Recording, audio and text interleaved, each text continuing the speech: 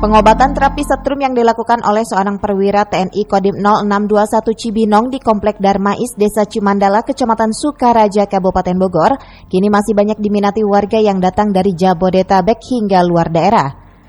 Kapten Infanteri Tatang Taryono, seorang perwira TNI Kodim 0621 Cibinong yang juga menjabat sebagai Danramil Kecamatan Cigudeg ini memiliki kemampuan bisa mengobati orang sakit dengan cara pengobatan terapi setrum yang sudah hampir 7 tahun ditekuninya sampai saat ini masih banyak diminati.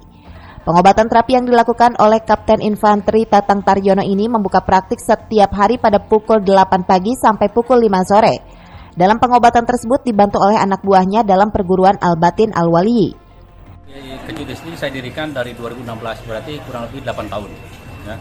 Tiap hari kita buka praktek, tepatnya di Gedung Yayasan Darmais, Jalan Darmais, Desa Cimandala, Kecamatan Sukaraja, Kabupaten Bogor. Kalau dulu saya bukanya di Koramil Sukaraja, sekarang di Yayasan Darmais. Ya kan pasien ini keluarnya apa aja, Badan? Kebanyakan stroke, saraf kejepit, kolesterol, asam urat, dan lain-lain. Tidak seperti dulu, kalau di Koramil dulu 500, paling sekarang paling sampai 40-60 sehari ya, paling sedikitnya 30 kalau sehari. Dari warga mana aja deh? Seluruh provinsi kan ada ya, dari Sabang sampai Merauke banyak yang berobat, dari seperti tadi pun dari Makassar, ada juga dari Ambon, kebanyakan sekarang yang tadi juga yang datang dari wilayah Jabodetabek.